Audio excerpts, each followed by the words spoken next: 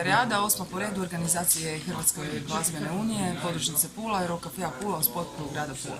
2018. otvoren je natječaj, mogu se prijaviti svi bendovi različitih žanrova, osim zabavne narodne glazbe. 5.5. subota, Trg Portarata. Dostaviti treba dva demo snimka, biografiju, sliku, sve na mail hgu.pula, hgu.hr ili u radno vrijeme Rock Cafea na Šank napisati Sagitarijadu.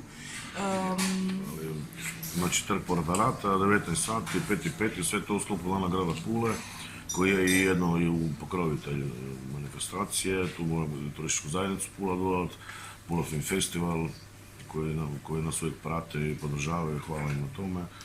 Tako da, evo, 8. po redu, još malo pa će biti jubilarno, nadam se, ako budemo živi i zdravi,